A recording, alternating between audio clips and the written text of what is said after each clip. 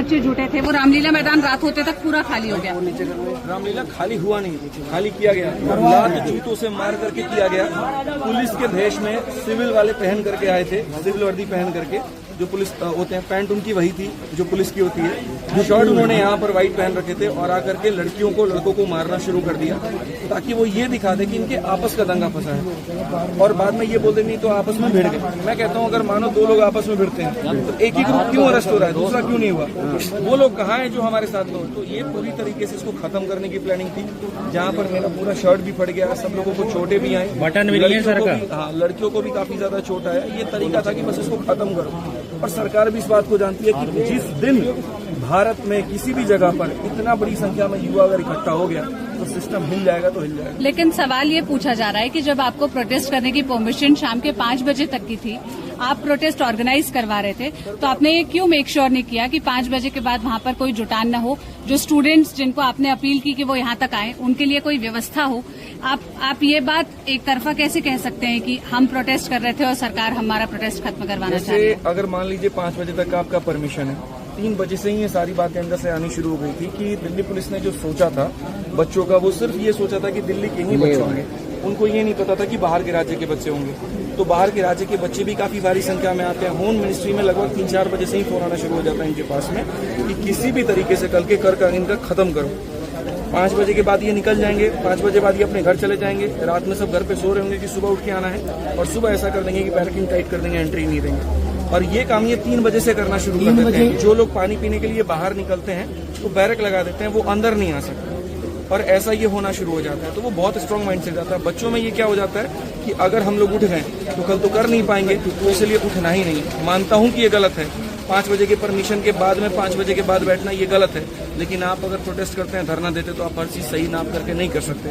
गलत तो ये भी है जो एडीक्यूटी कर रही है, गलत वो भी है जो एसएससी कर रही है।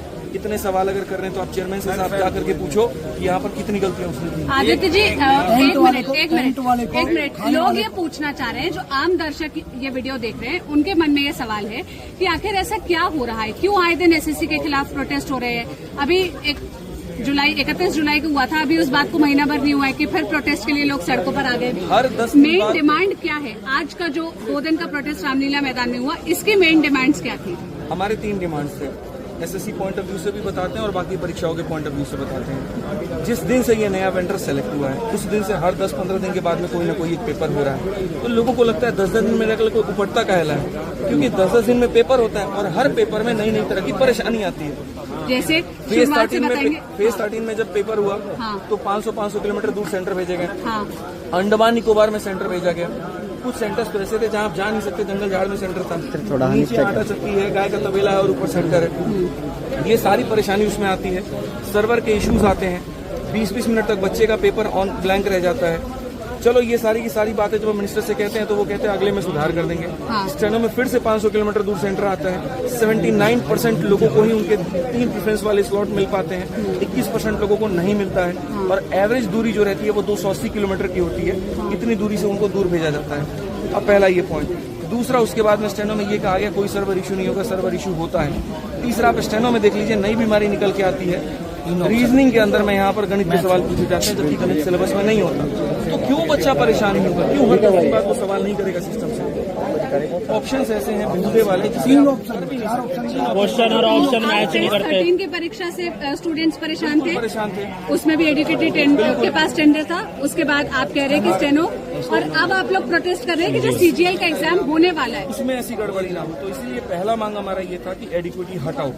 दूसरा हमारा ये मांग था कि जैसे रेलवे की परीक्षा होती है, बाकी यूपीएसआई और बाकी स्टेट एग्जाम्स की परीक्षा होती है, उनमें क्या होता है कि खाली ये बता दिया जाएगा कि फॉर्म का फीस इतना है और इतना पद है।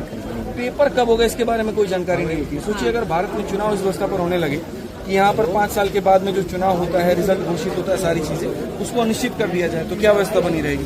तो बच्चे के साथ में ऐसा क्यों करते हैं आप? 2014 का पेपर जाकर के आप 2022 में बिहार एसएससी का पेपर लेते हैं।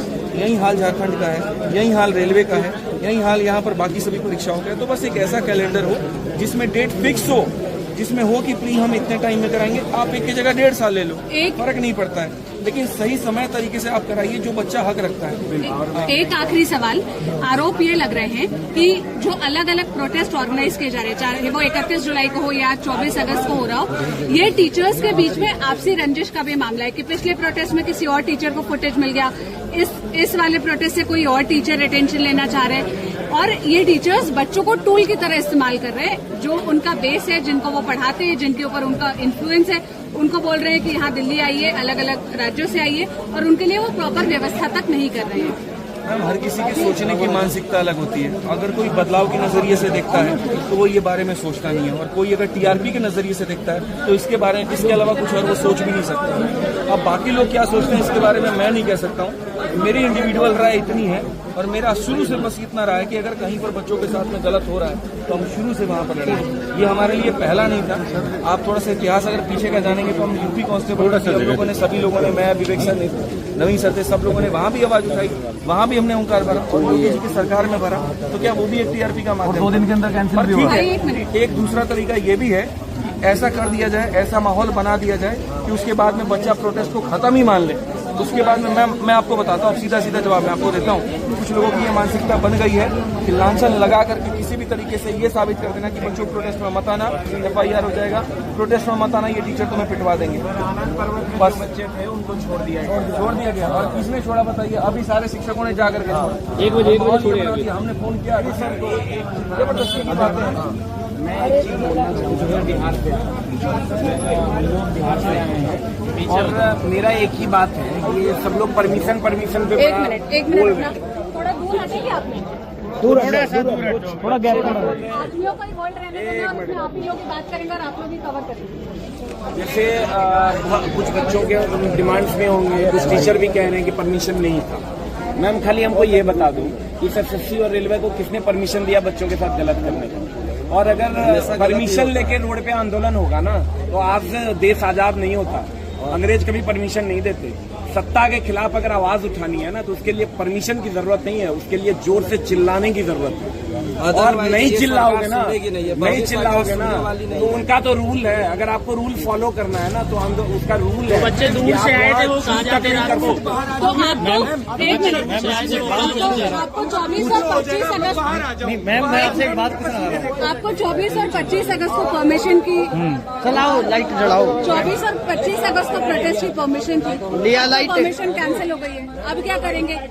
अभी हमारे पास एक जगह की और परमिशन है, बट उसके पहले हम लोग ये देखेंगे कि कैजुअलिटीज क्या हैं, कैसा नहीं है।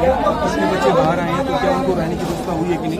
हालांकि लड़कियों के लिए हमने होटल कर दिए हैं, लड़कों के लिए भी हमने कुछ शिक्षकों ने अपने आवास पे रोक लिया है, कुछ अपने कोचिंग पे रोक लिया है। कल के लिए हम लोग देखते हैं कि और क्या कर सकते हैं। सारी चीजें सही होने के बाद ही डिसीजन ले पाएंगे, और कलेक्टिव डिसीजन होगा।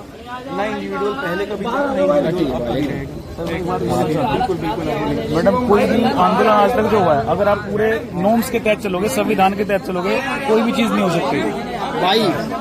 भाई एक बात, भाई बाहर चलो थोड़ा सा देखिए।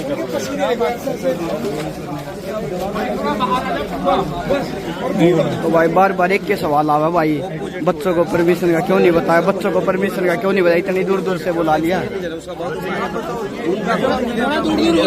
चलो भाई, अभी तो गुरु जी दुखी है, बाकी पूछेंगे भाई, ये बात भी पूछूंगा, कल पूछूंगा। हम लोग आनंद थाने से आ रहे हैं, 26 बच्चों को छोड़ दिया गया है, लेकिन उसमें बच्चों के साथ ऐसा व्यवहार किया गया है, बच्चों को गाली दिया गया है,